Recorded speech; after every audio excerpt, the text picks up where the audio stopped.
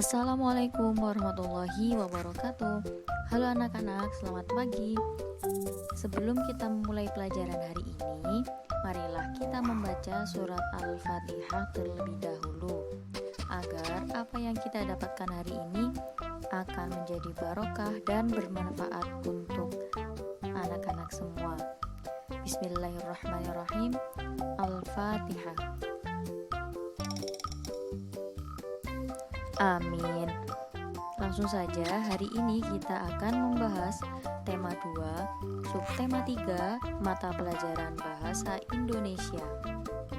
Mencari informasi melalui teks atau pengamatan gambar. Ketika mengamati gambar, anak-anak dapat menggali informasi dengan cara membuat pertanyaan. Lalu, ketika membuat pertanyaan, harus sesuai dengan informasi yang ingin kamu peroleh. Siapa ya yang membuat lukisan indah ini? Perhatikan kata tanya berikut. Yang pertama, kata tanya apa? Menanyakan benda, keadaan, perbuatan. Lalu yang kedua, di mana?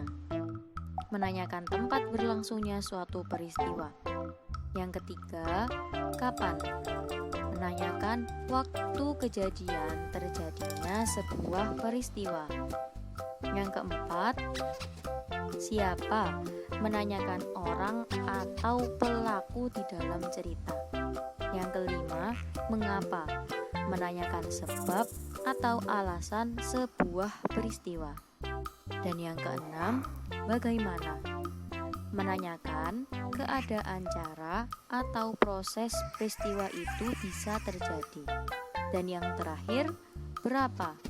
Menanyakan banyak, jumlah, atau satuan. Sekarang kita harus membuka kitab tematik halaman 113 dengan cerita berjudul Bermain di Halaman Sekolah.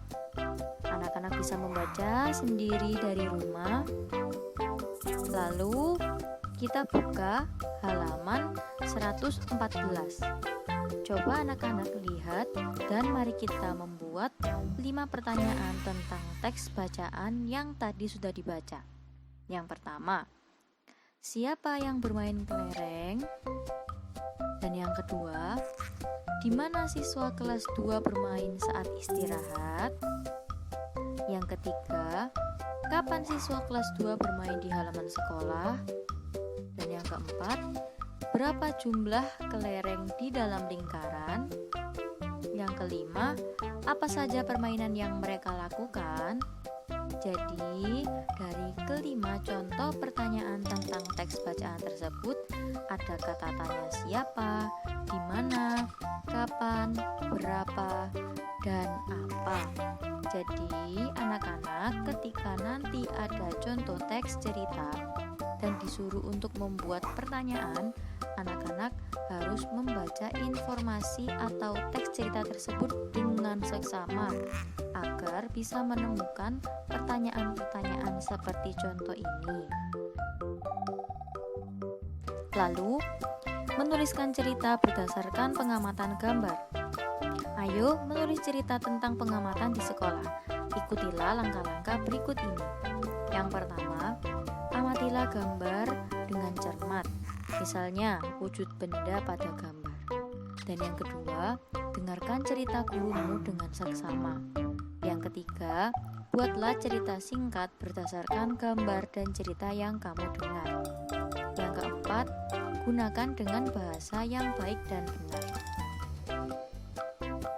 Sekarang kita membuka kitab halaman 122 mengamati benda dan kita harus mendengarkan dengan seksama. Benny melakukan pengamatan terhadap minyak di dalam gelas plastik. Gelas plastik dimiringkan sehingga minyak mengikuti gravitasi. Benny memakai pakaian yang rapi dengan baju masuk ke dalam celana. Benny berhati-hati memegang minyak agar tangannya tetap bersih. Bentuk minyak tidak tetap atau berubah-ubah menyerupai wadahnya. Udin mengamati gangsing. Gangsing bisa berputar. Ada gangsing dari kayu dan ada gangsing dari plastik. Judulnya mengamati benda. Isi cerita: Benny melakukan pengamatan terhadap minyak di dalam gelas plastik. Bentuk minyak tidak tetap atau berubah-ubah menyerupai wadahnya. Sedangkan Udin mengamati gangsing.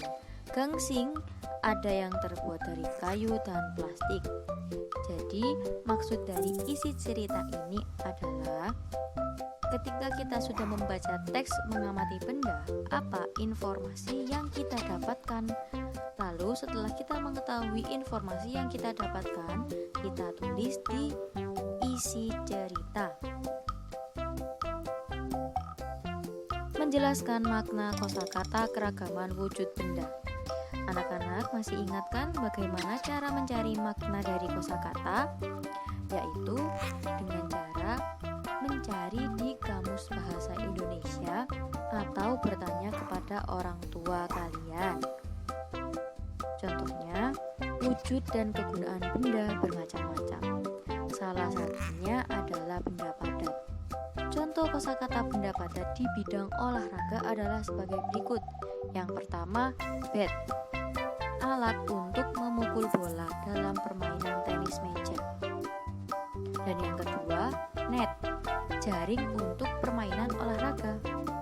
Yang ketiga, kok, bola dalam permainan bulu tangkis.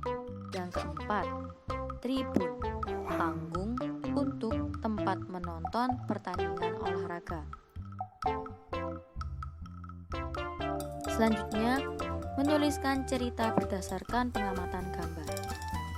Anak-anak dapat menulis cerita dengan mengamati gambar. Misalnya, gambar tentang permainan tradisional. Jadi, ketika anak-anak nanti melihat ada teks cerita tapi hanya berupa gambar saja. Contohnya ada gambar permainan tradisional, misalnya kelereng. Lalu, anak-anak bisa menulis kelereng ini nanti ceritanya dibuat yang seperti apa. Jadi anak-anak nanti menulis sesuai dengan apa yang ada pada gambar tersebut. Lalu membuat pertanyaan sesuai cerita yang didengar atau sesuai cerita yang ada pada gambar.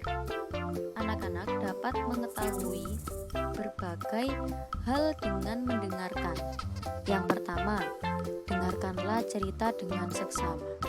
Dan yang kedua, catatlah hal-hal penting dalam cerita tersebut.